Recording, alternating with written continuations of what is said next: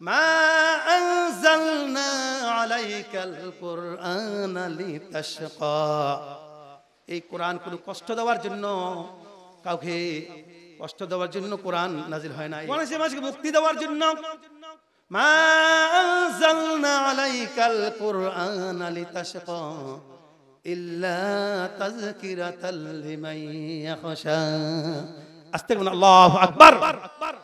এই কোরআন মুক্তি দেওয়ার জন্য এসেছে, কিন্তু এই কোরআন যখন পালন করলেন আল্লাহ রাসূল সাল্লাল্লাহু আলাইহি ওয়াসাল্লাম, রাসূল সাল্লাল্লাহু আলাইহি ওয়াসাল্লামকে হুমকি দিলেন।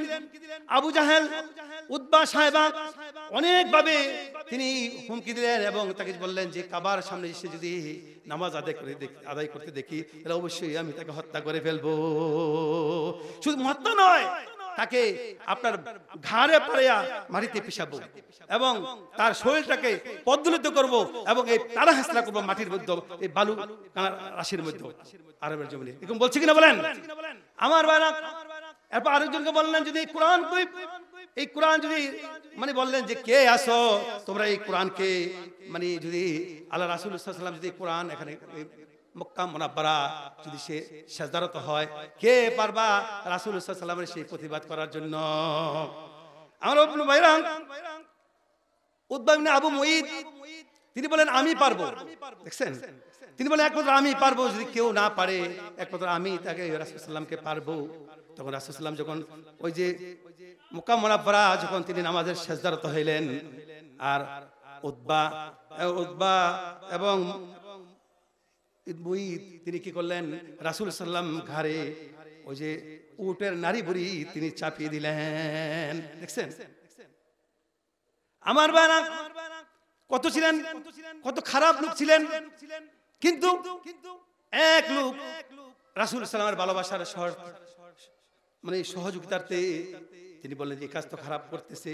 এরপরে আমার রাসূল সাল্লাল্লাহু আলাইহি ওয়াসাল্লামের যে কন্যা অর্থাৎ খাতুনে জান্নাত মা ফাতেমা রাদিয়াল্লাহু তাআলা আনহা, আল্লাহু আকবার বলেন, তাকে খবর দিলেন।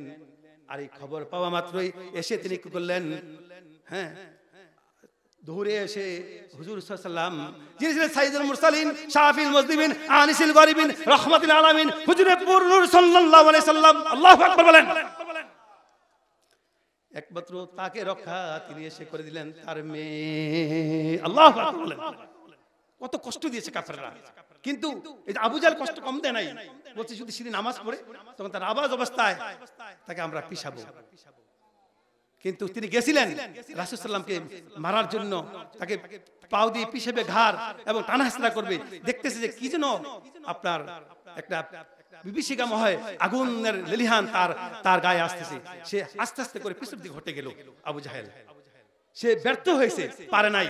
কেন তুমি এত বাহাদুরি দেখাইলা, এত তোমার স্বৈরাচারী শাসক হিসাবে তুমি ছিলা, এত তোমার পাহাড়পুর পাওয়ার। আমাদের পূর্বের প্রধানমন্ত্রী কিন্তু পাওয়ারটা কম ছিল না, ঠিক কিনা বলেন? শেখ হাসিনার তার চেয়ে তো তার পাওয়ার ছিল, যেমন ফেরাউনের ছিল তার চেয়ে আরো বর্তমানের সরকার কিন্তু কম করছে না, আমাদের পিছনে চলে গেছে, ঠিক কিনা বলেন?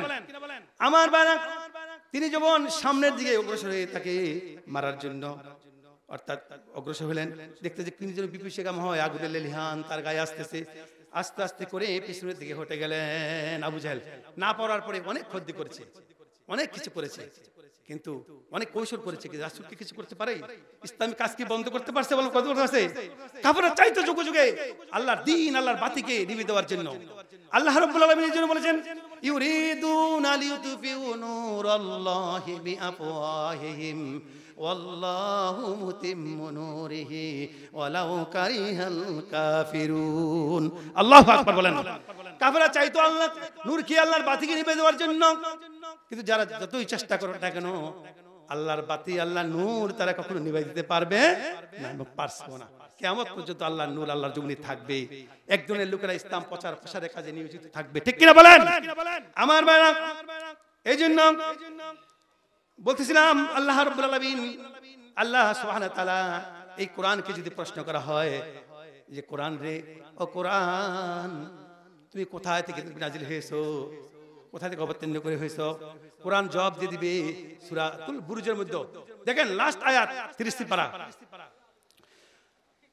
বাল হুয়া কুরআনুম মাজিদ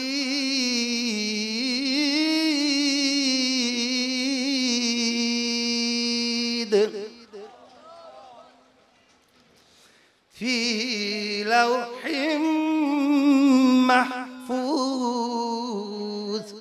আল্লাহু আকবার। কোরআন যদি প্রশ্ন করে কোরআন নে তোমার বাড়ি কোথায়, কোরআন বলবে আমার বাড়ি হচ্ছে লাউহে মাহফুজ। লাউহে মাহফুজ থেকে আমি সংরক্ষিত। আল্লাহু আকবার বলেন। যথাযথ কথা নাকি? আমার বাড়ি শুধু তাই নয়,